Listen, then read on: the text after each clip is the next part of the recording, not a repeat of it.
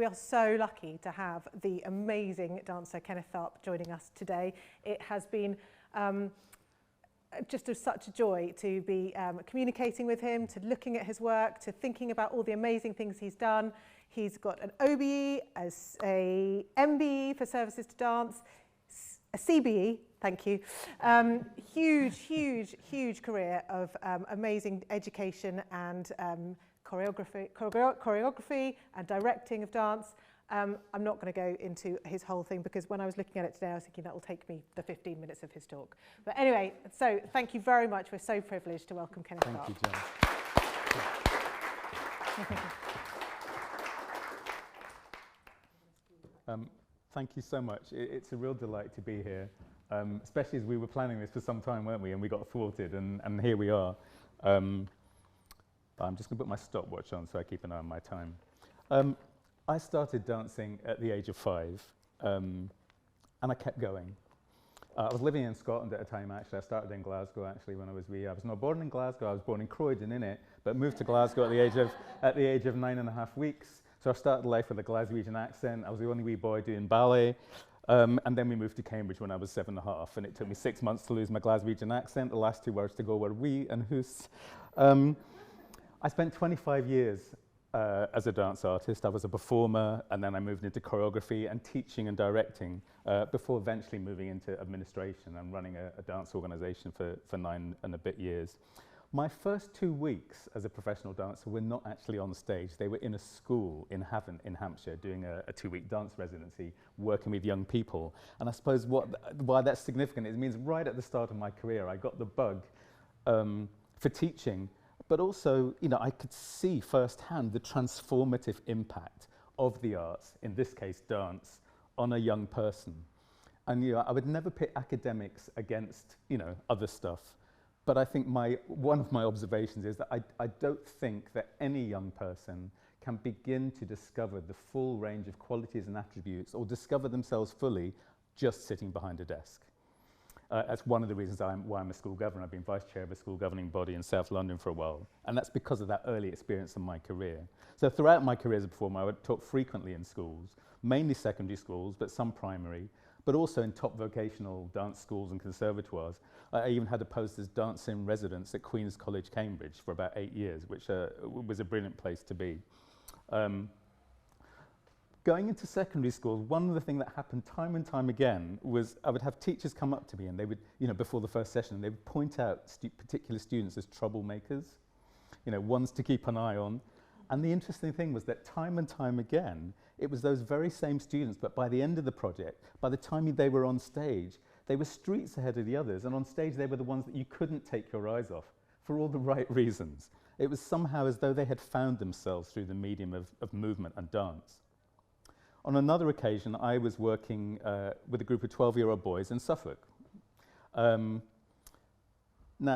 we met for 2 hours a week for 10 weeks, and we made a piece. And when it came to the day of the performance, something interesting happened. The teachers who, should know those boys best sat, and I mean almost literally open-mouthed as they watched these young men perform. The piece wasn't long, but their ownership was fantastic. And it was only at that stage of the project, on the final day, that I was told the whole group I'd been working with for those 10 weeks were underachievers. Now, reflecting on that, at the time, but also since, I think there's a good news and bad news. I think the good news is that someone looked at that group of boys and thought, actually, this dance project would be good for them. But I think the really worrying thing for me is that they'd already been labelled underachievers, as though somehow less was expected of them. And that's a worry.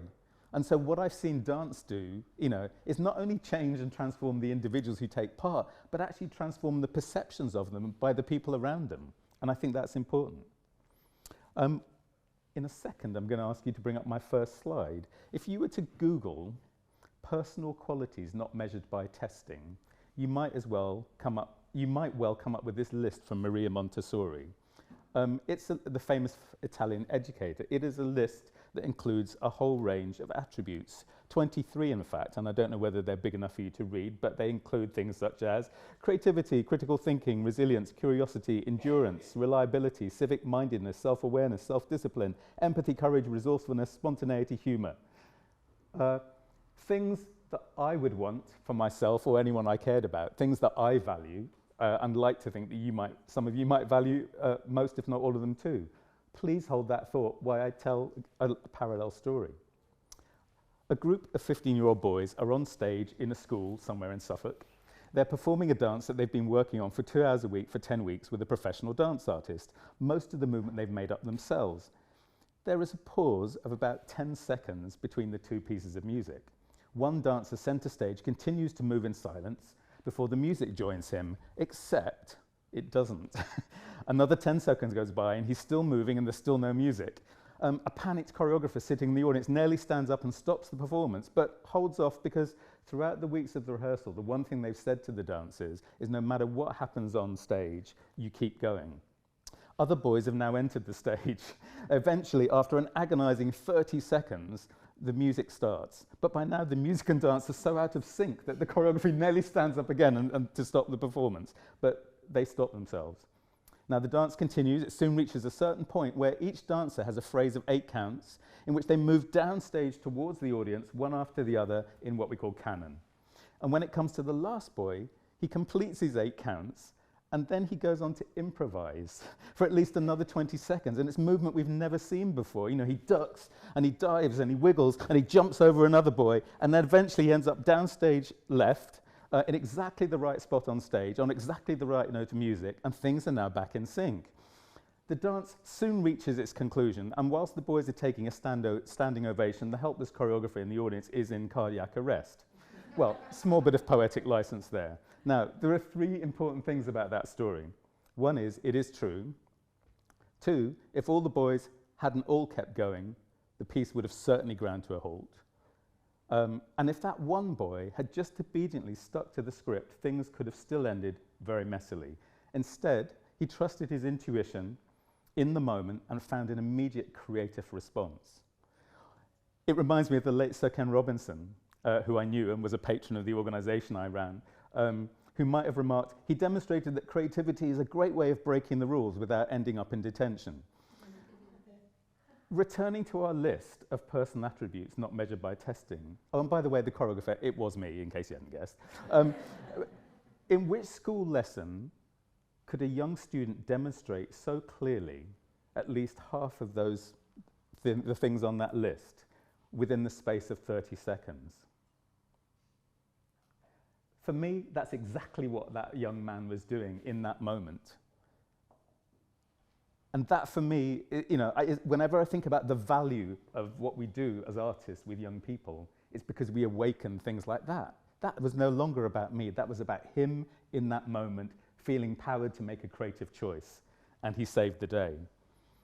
And I think when I think about the privilege of having been a professional dancer for the years that I did, it's because every day we practice what it means to be present, in the present, wholly there, bringing your whole self to it. I'm going to show you a short video.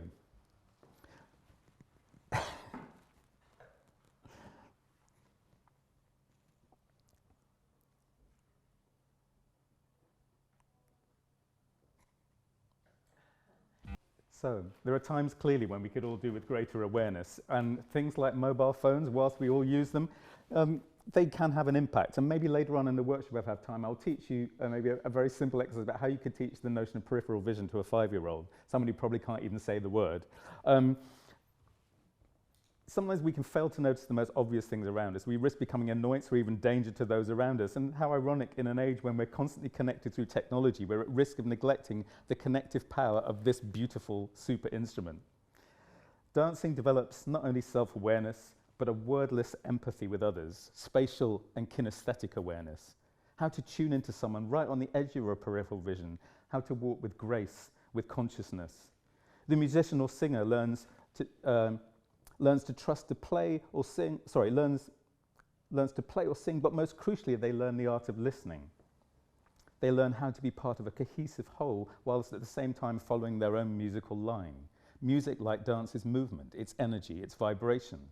The actor too learns not only the power and beauty of words and the command of their voice, but also the power of silence, of stillness, when even the smallest gesture or a turn of the head or the raising of an eyebrow can be enough to communicate everything that needs saying at that moment.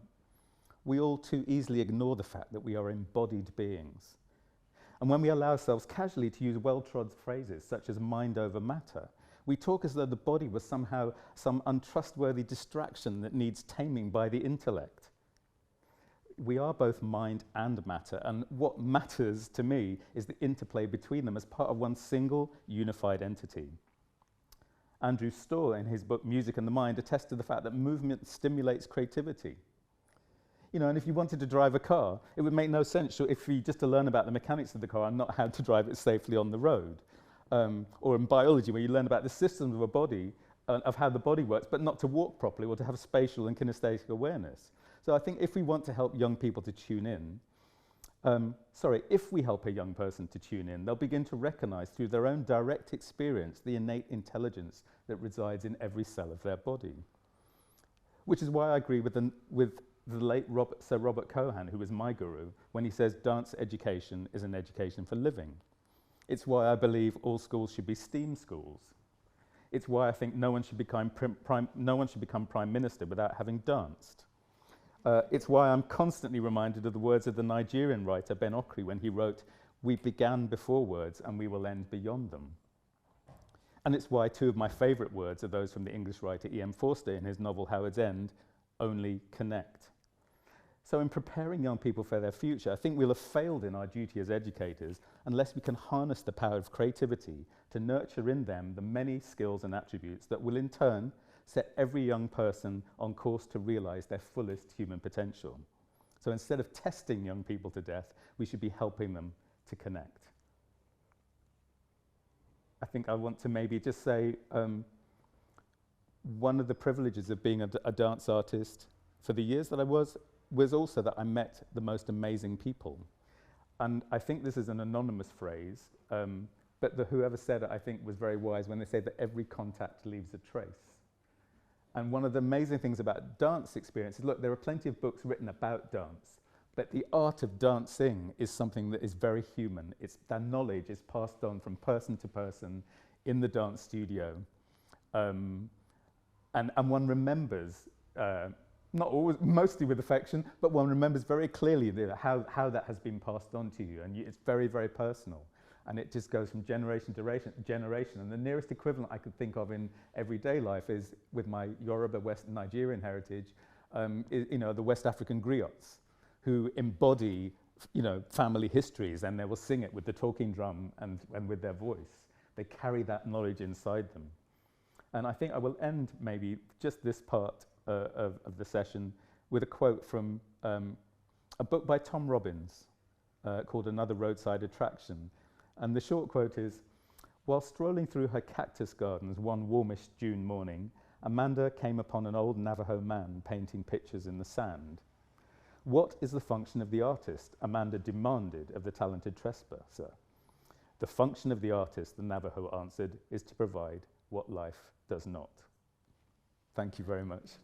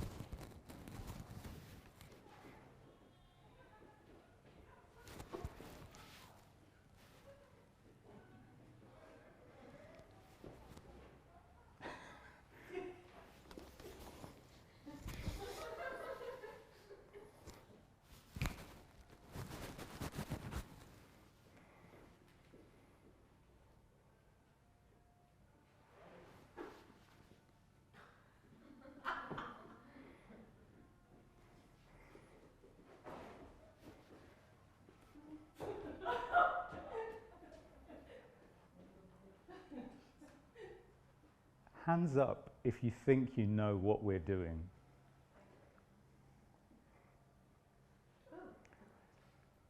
Hands up if you've no idea what we're doing. So there's a lot of non-committal people who are who are not confident they know what we're doing, but neither do they think they're not, but they might have an idea. Those people that put their hand up and say they think they know what we're doing, what are we doing? What is that? What is that? You move forward. It's a what? It's a child's game. Okay. But if you're seeing them Catching you out. Okay. And for someone who doesn't know, what are the rules? You can't be seen moving. You have to try and get up to the person who's it, and if they see you moving, move either out. Okay. Okay. Everyone clear about the game? Is there anyone who didn't know that game prior to this exercise? Is there anyone who's never played that before? Okay, so there's a familiarity. Just to do what we've done, did I give you any verbal instructions? No, not at all. You didn't open your mouth. Okay, just note that. In that point, was there a moment, put your hand up if there was a moment from when I sent you down that way, when you were going, of uncertainty. Did you experience uncertainty? Put your hand up if you experienced uncertainty about what was going to happen next. Oh, what was happening next? Okay, yeah, quite a few of you. Did that uncertainty make you feel, how did that uncertainty make you feel? You don't have to tell me, just be aware of it. You don't have to tell me, just monitor. When you're in that uncertain place, are you comfortable with it? Is it familiar? Is it scary? Is it, oh God, I wish you'd just, tell us what to do. Okay, right, I'm going to divide you into two groups. Can this half of people, you go back there, and can the other people, you can move to either side, it doesn't matter, either side of the room, and just be observers.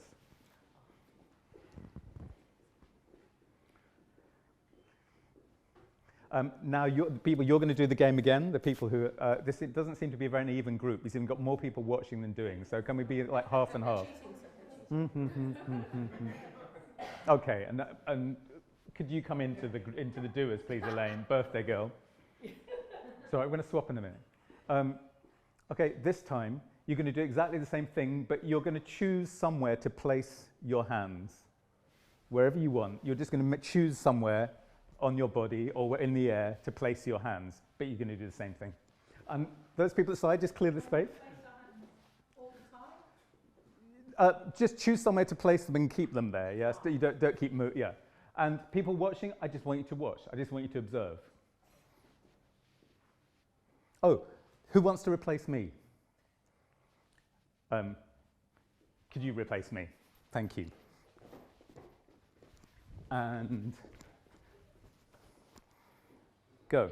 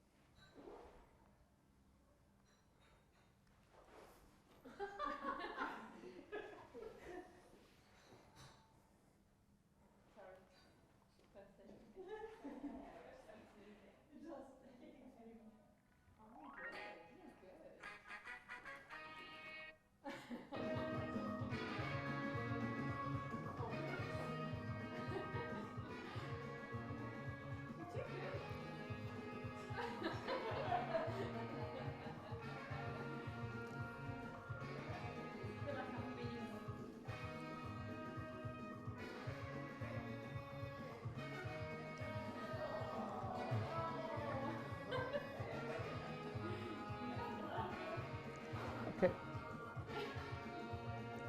Pause. That's brilliant. That's so fun. What do you observe in the people who are doing watches? What do you learn about the person when you're watching them? Okay, that's a very valid judgment, but you know. Yeah. It's like trying really hard to. You can see that they're trying. Is it clear what they're trying to do? They're all moving to the same point. Okay. Is it clear how people are choosing possibly different strategies to achieve their end? Is it clear people's different emotional reactions to being sent back.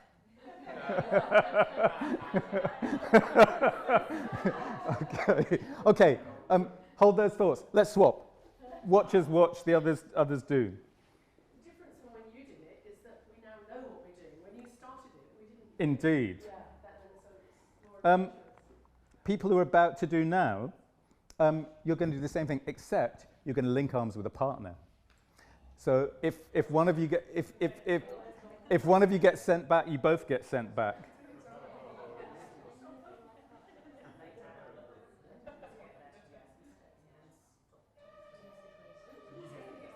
Go. Someone here? Oh, I think let's go that again. Let's go again. You could say that was really Mission Impossible. Let's go one more time. Be warned. Here we go.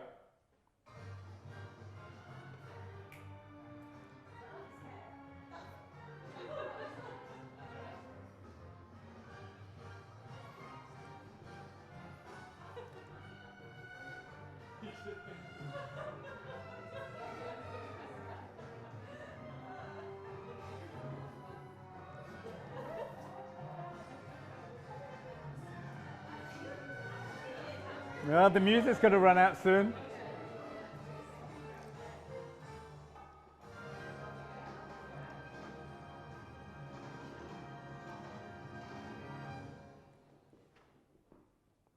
Okay, rest. Okay, thank you. Thank you. Let me ask you.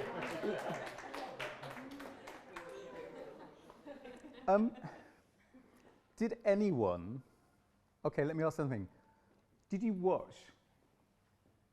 When you wanted to understand someone, which bit of their body were you watching? Which bit told you the most about the person and their attitude to this? The face. Yeah. I mean, you know, the steely look, the I'm going to get there if it kills me and my partner, you know, dramatic strategy there. The daring run right down the room almost took him out before he'd had a chance to get in place. Look, the point is, we're absolute experts at reading intention. We've spent 10 minutes playing with. Okay, I've been asking you questions, but the fundamental thing, you know, we've not needed words to sort of do the thing and to understand what's going on and to participate in it. The other interesting thing is if you think about what is performance. You know, if you think about performing arts, music, drama, dance, what is performance? How would you define any kind of performance? A physical communication. A physical communication. Would that include just someone speaking words? Yeah. I've thought about this, and there isn't a right or wrong answer, but when I've thought about how this game relates to what I did as a professional dancer, I think the things I remember about being on stage in front of an audience were that sort of adrenaline rush, that heightened sense of awareness. And I could see that coming off you like electricity, you know, it's like, you know, that sense of, but also something else combined with that, which I would call, well, it's intention, isn't it? But in this case, it's really animated intention. That sense of, I'm going there, I'm determined to get there, and then obviously the deflation or something when it doesn't work. It's all animated, it's all red, and I think as human beings we're experts at understanding the human body and the communication. And yet sometimes we rely very much on words, and words can be powerful, and they can be beautiful, and they can be brilliant, they can be ruthless, they can be brutal, you know, they can be all sorts of things. But sometimes just remember the power of this whole thing to communicate and to say things without, you know, just as it is, without any extras. I would like you just to find, thank you very much for that and for your spirit of openness and your willingness just to enter into it and do it is wonderful. Please just find anywhere in the room, find your own space.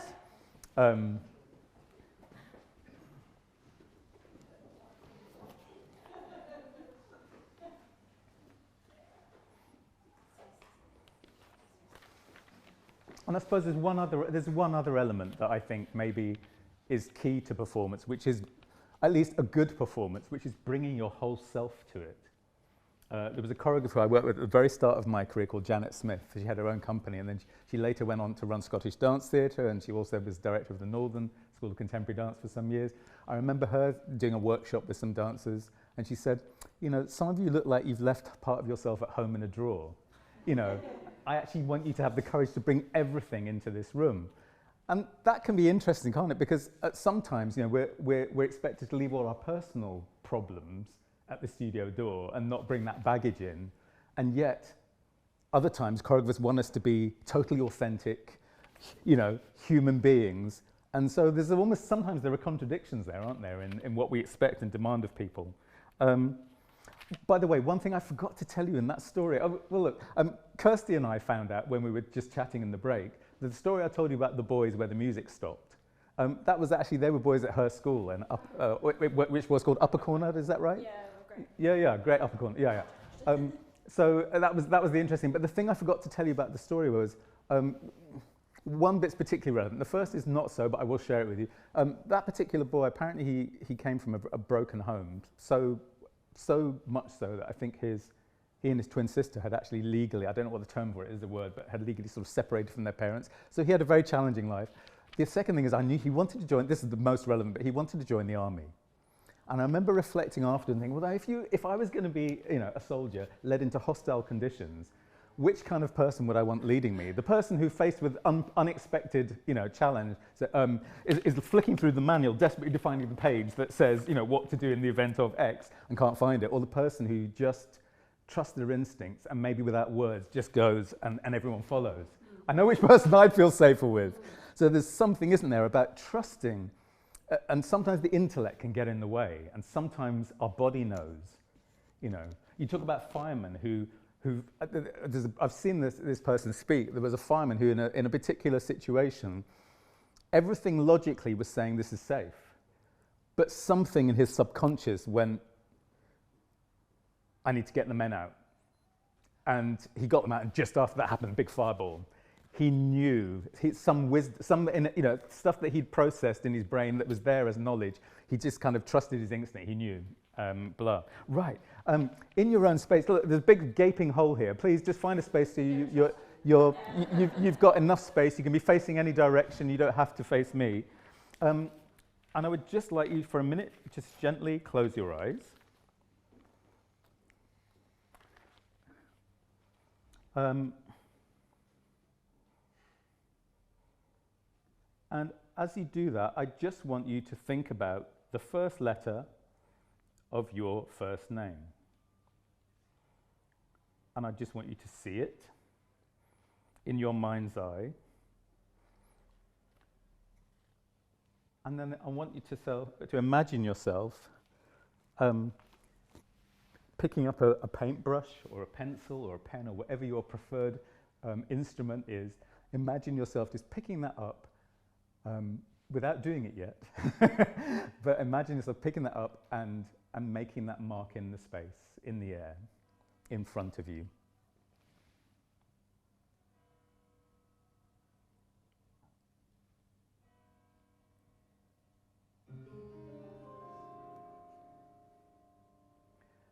And now, still with your eyes closed, I want you to, whichever hand you draw with, I want you to actually make it in the space, the first letter of your name.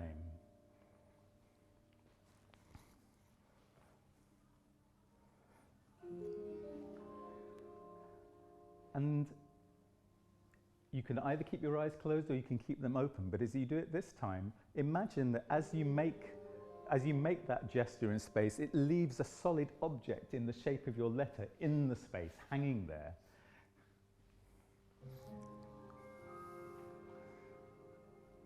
And just take a moment to admire your handiwork that's sitting in the air right in front of you before it dissolves.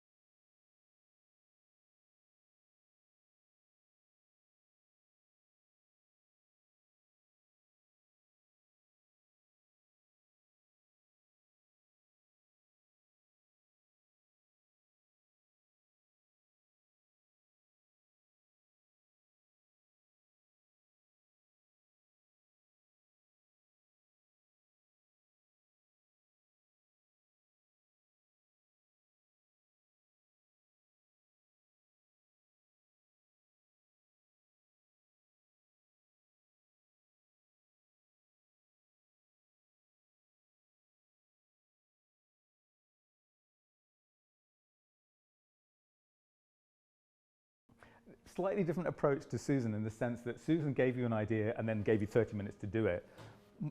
Generally, with my experience of working with dancers, even professional dancers, but especially non, is I tend to do it in bite-sized chunks. And it's about, but very quickly you can get to a place where you've developed an idea into something quite sophisticated, even in an hour. We haven't got an hour, we've got 40 minutes. So you've got less than that now, of course, because of all the stuff we've done. So I will work quickly, but it's just remember that we're starting from something very simple. Okay, now I'm going to give you a couple of minutes just to play with your first name and think about how you write your signature. I'm very conscious, and of course if I do it facing you, you'll get the mirror version, but I know that when I write my signature, I have a bold downstroke for the K, and then I go like that. Actually, there's a little curve on the bottom of that. It's not a straight line, that one, so it's like sometimes. That's how I start. So I just want you to think, and maybe just play with the first letter to begin with. And when you feel you've got that, you could explore maybe, you can either do two things. If you feel really confident, I mean, some people, it depends how you write your signature. If it's really detailed, you might just want to do the first two, possibly three letters. But, you know, some people, it might be a big gesture, and then boom, bap, you know, whatever it is. I just want you to find that. So if you feel like playing with the whole of your first name, if it's not hugely long, you know, Anastasia or something might take a bit longer, but, you know, whatever. Just play with that, or just play with the first three letters. Just find that, and find out what the rhythm is, find out what the sound is, make your mark in space, and there's still a big unused space here, so please spread out, use the space. Don't cramp each other's style. Yeah, some of you hiding against the wall, do come out. And you can play, again, with the things, we can play with speed, you can play with the height, you can play with the size.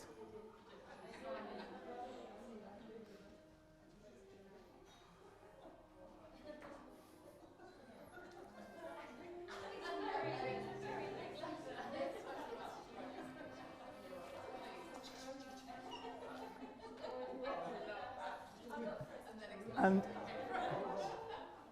as you work on this, I want you to be very specific so that you could repeat it exactly the same several times in a row. You know, because your signature can't be, it has to be consistent, doesn't it? Otherwise you get, you know, you don't sign that check, not people that write checks anymore, but it needs to be consistent. So I'd rather you only did the first bit and be really consistent than do the whole thing and be inconsistent. Where is there most energy in your signature? Bye, Lane, and happy birthday. Where is the most energy? Is it at the beginning? Is it in the middle? Is it at the end? Is it very even? Have this think about the highs and lows of it, and maybe exaggerate that a little bit. If you've got something that's strong, make it a little bit stronger with your vocalization.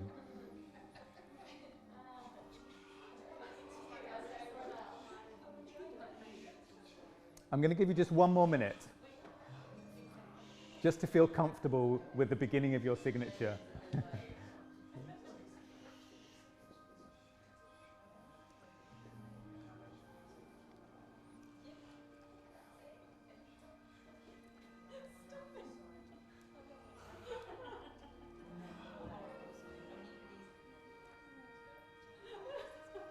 And the sound you make, as well as just the sound of your action through the air, may also say something about the feeling of your name, or the character of your name, or how you want to be perceived.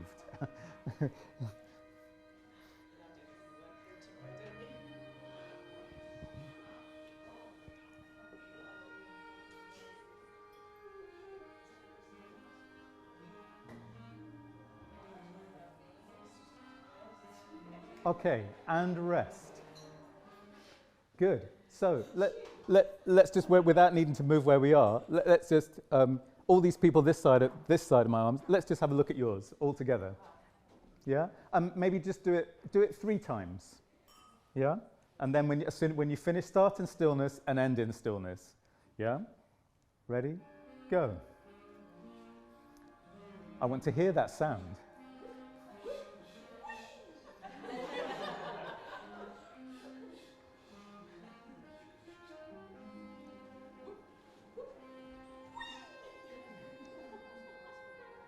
Start in stillness and end in stillness. Okay, rest. This group. Take the space. Don't be afraid to make the sound. Ready? Go.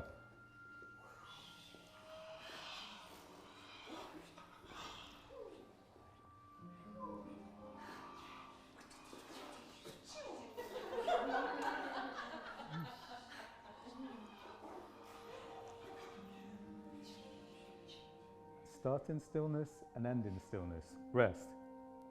Good. Look, one of the things, I would say this to professional dancers, one of the things that really makes a difference to clarity, people find it really difficult just to be still. You know, you ask them to start something and they're still moving, they'll start a movement and you haven't had even a second of stillness. Just for the clarity of statement, just to be neutral and still.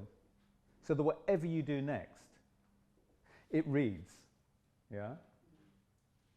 And just to complete that, to complete it and just to be able to hold it and then go back and start again. You know, that kind of is the kind of simple clarity we want. Great. Please find yourself a partner.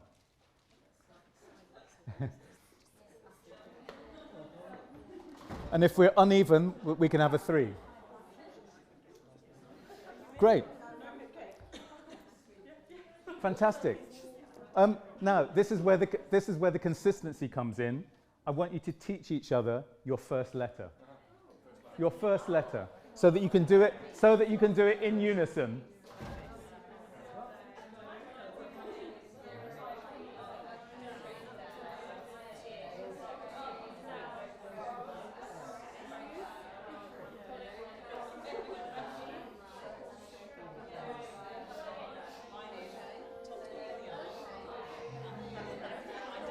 And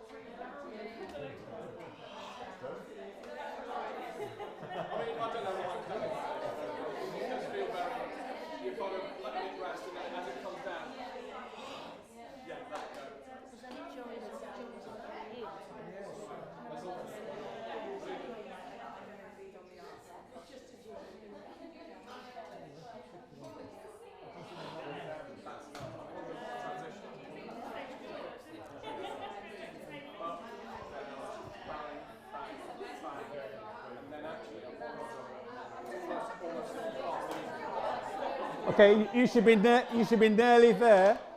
Yep. One more minute.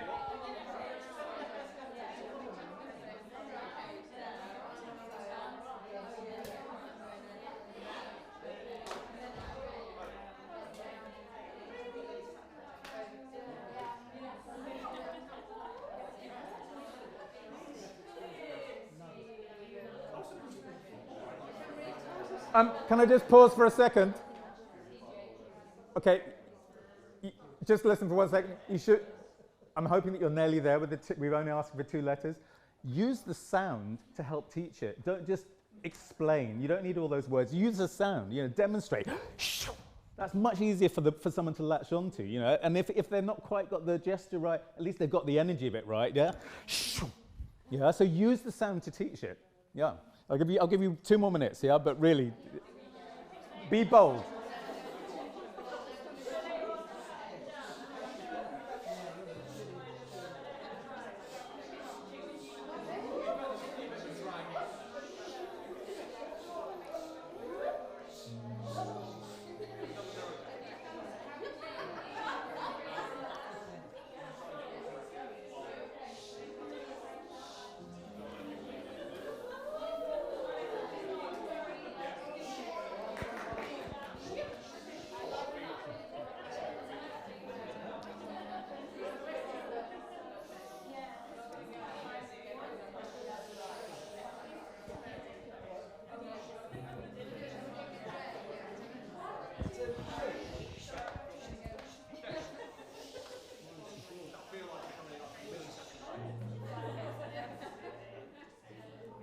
How are we doing?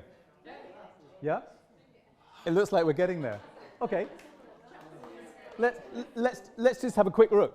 We'll go around the room. Let's start with you two. Ready? Okay. So we do. Yes, you do one, and then you do the other. Okay. Yeah.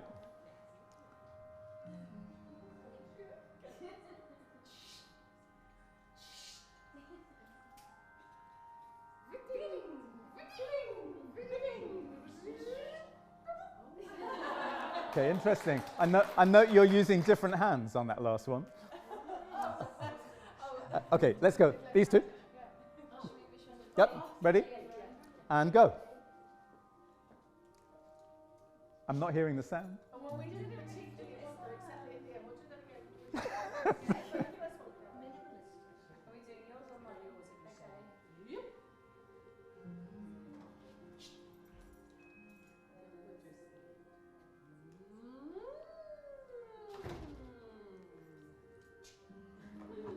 Finish it, yes? Wait. Did you see what happened at the end? Because they went boom, boom. Was that part of it? Is that how your signature finishes? What's the last gesture? Where does your signature finish? Okay, that's where your signature finishes. Yeah? I mean, that movement of the pen on the, or whatever, you know, boom, that is a fantastic gesture to finish. Yeah, you Susan them up.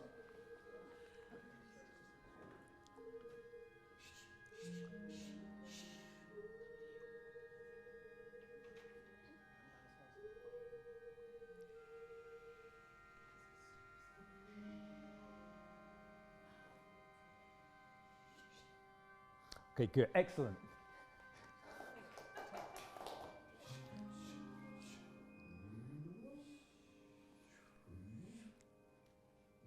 Excellent. Okay, go.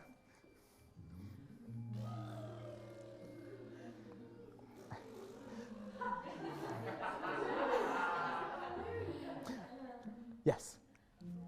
Oh, have you not finished? Okay, so try and join them so there isn't such a pregnant pause in between.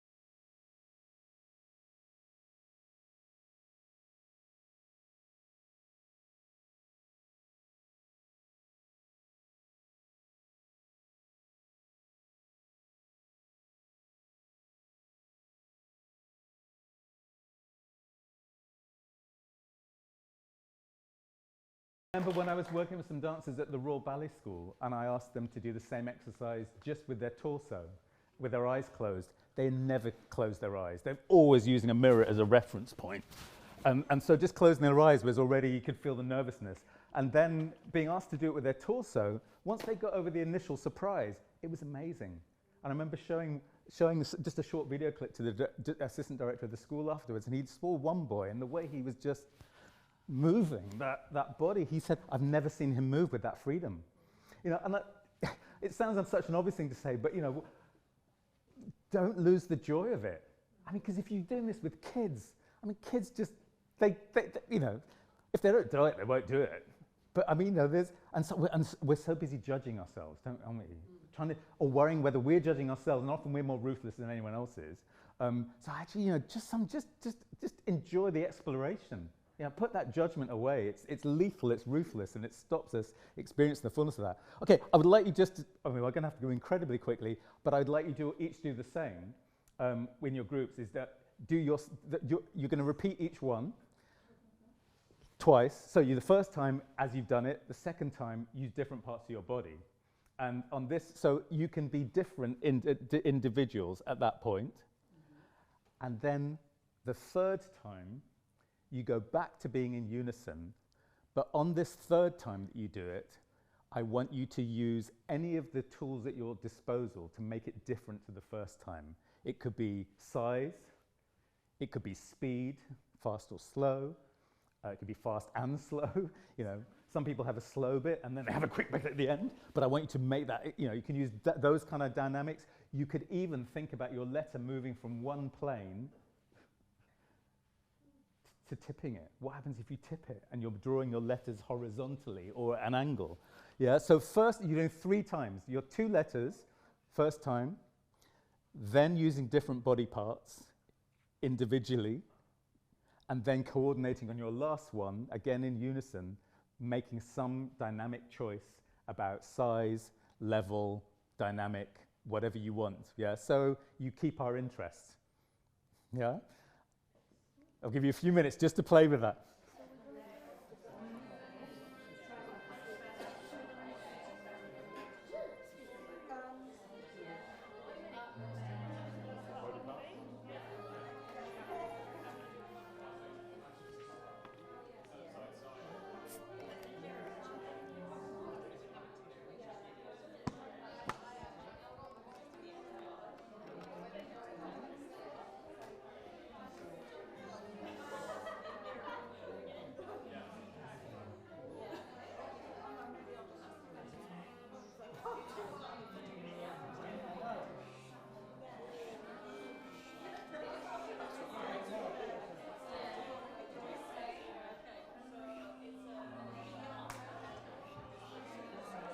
May I make one very small observation about the first time you do it, which is there's something slightly disembodied. It's as though you're looking, it's as though the drawing's happening over there somewhere, but I'm just going to look straight forward regardless. There's something about tracking it that I think would make it more present. Yeah, as though it's not happening to you, but you are consciously making those marks in the space.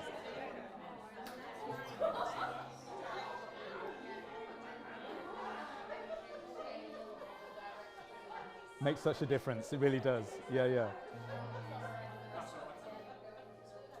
It's going to have to be notes. If in doubt.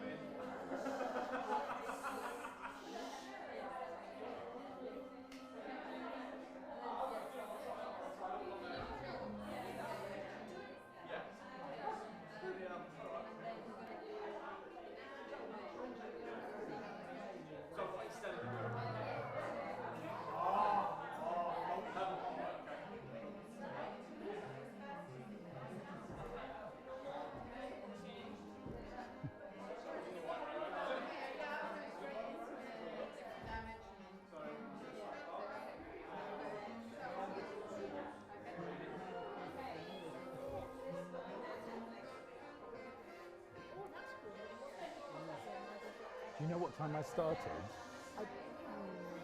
I didn't think it was. I think it was a. Yeah. About 10 to? I think it was about 10 to. So yeah, I mean, I'm thinking I've got 5 minutes left, or 10 maybe maximum.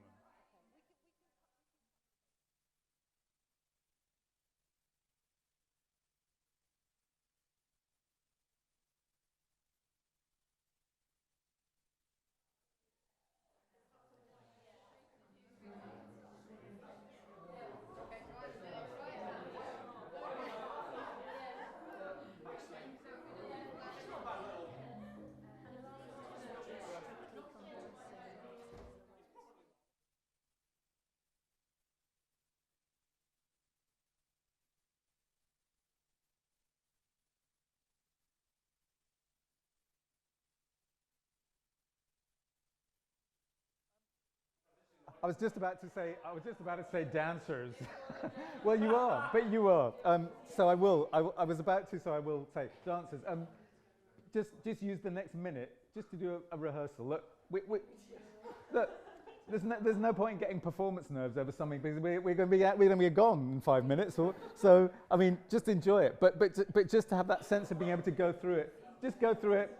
We start, we go through it, warts and all, we finish. Yeah. So just on your own, just go through it once now, and then we'll share.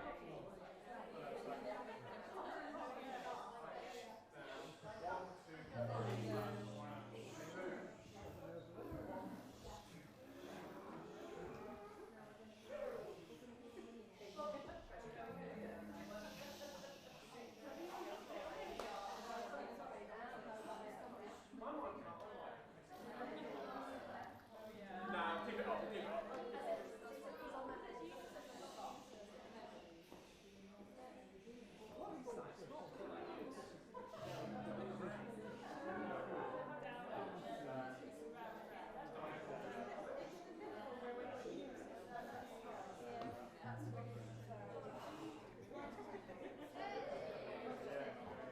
Okay, rest. Okay, rest, folks. Rest, rest, rest. Rest. Rest. Rest! Sorry, listen, because we've got very short time left, and I think we just want, you've done all the hard work. We just want to play a little bit. So, I think we're going to do a few what happens if, ... So, what happens if we're the audience here, and we work our way down the line. We have 2 couples at a time. So choose a space on stage, and when you've finished, hold your last movement. It's 2 couples at a time. So choose your space, and think about where you want to be. If this is a blank canvas, where do you want to be in relation to the other couple? Do you want to be right next to them? Do you want to be on a different level? You want to be seen? Think about the statement that is being made on the stage. Yeah, okay, we want to be boring and in a line because it's so predictable. Okay. But you've got to be in unison. But whatever angle you start, you're in unison. Yeah? Okay. Listen to the rules of the game, please, quickly, folks. Don't worry about rehearsing now. They're going to go. They're going to start in stillness. They're going to end in stillness. When you've finished, clear the space. You can go which direction you want. Next 4 come on. When they've finished, next 4 come on. When they've finished, next 4 come on. Yeah. But please hold the stillness for a moment before you break that spell. Yeah. So we see the end clearly, like a frozen.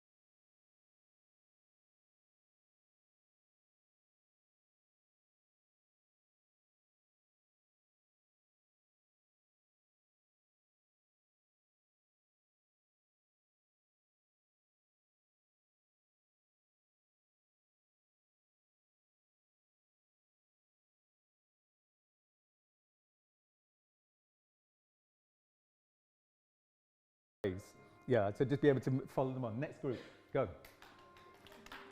Next group, go. There should be 2 pairs in the space. Yeah. Sorry, it's not a smooth transition,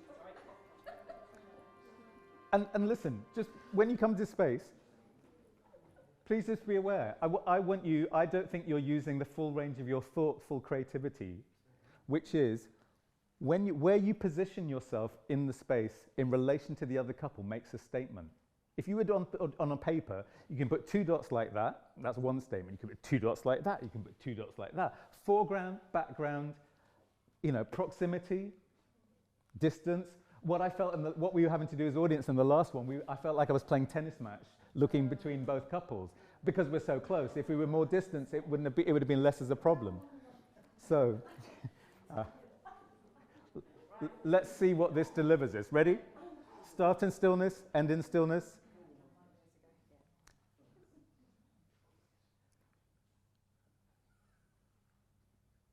Go.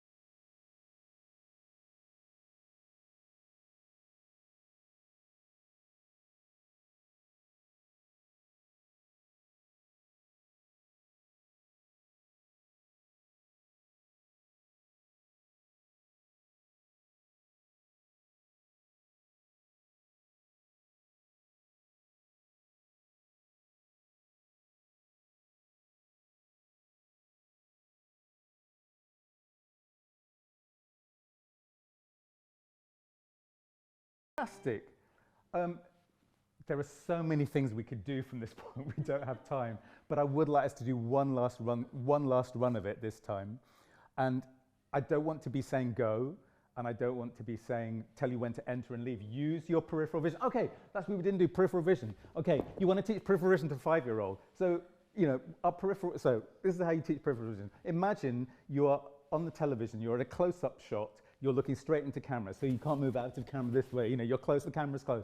You've got to look straight into the camera. Otherwise, you look like one of those shifty politicians who are always looking off to the side. Yeah. Now hold your hands out in front of you, but you're not necessarily looking at them, but if you wiggle your fingers, you can see them, can't you, below your eye line? That's your peripheral vision at work. Now, slowly, without hurting anyone else, you may have to step forward. Move your hands gradually to the side. Keep your fingers moving, but look straight into the camera. And only stop your arms at the point where they're about to go out of your vision, where if you move them any further, you won't be able to see them. I think most of us have got that is our peripheral vision. It's expansive. So when you're worrying about being together, relax. When you're worrying about being together, you don't have to look this way. You don't have to be sort of shifty. You can feel someone breathe next to you. Yeah. And this time when you do it, I really don't want you to worry, because In terms of your intention, think about that grandmother's footsteps. Think about the clarity of intention you had. I'm going there. So when you make your letter, one of the feedback I gave to one couple was it looked a little bit disembodied, as though they were doing the look into camera and the painting was happening over here around them somewhere. So I want you to see the record that you're making in space, make it intentional, follow it through, make it, you own it, and worry less about being together. Don't let that being together kill the joy of just what you're doing, which is the movement. And if you're together, wonderful. And if it's not quite, that's not the perfection that I'm seeking right now, especially under these conditions. It's actually you inhabiting it that matters to me more. So please, when we do it this time, play with it. Enjoy watching each other. Enjoy, make those choices about where you are next to the other couple. There were some wonderful things going on towards the end, whether planned or not. There was a fantastic stillness with one couple where the others were punctuating the center space. Think of it as a moving canvas as we do it one last time, before we finish. And let's start with the people at that end. And give me 5 seconds, and I just want to find the music.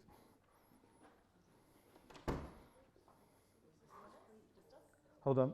No, there should be 2 couples, but whoever's nearest to you at that end.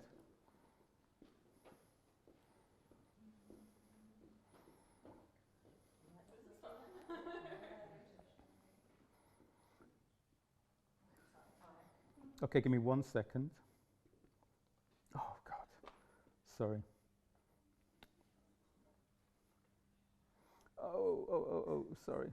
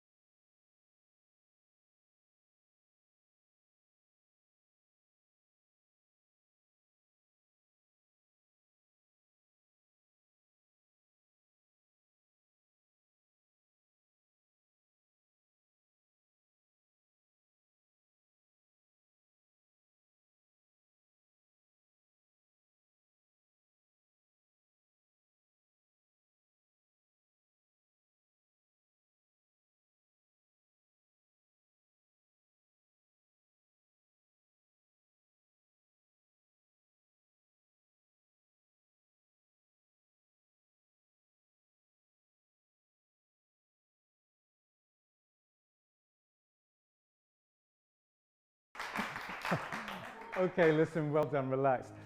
If we were continuing on, and I know we're not, if we were continuing on, the next thing I'd probably get you just to have a bit more thoughtfulness and courage about is your entrances and exits.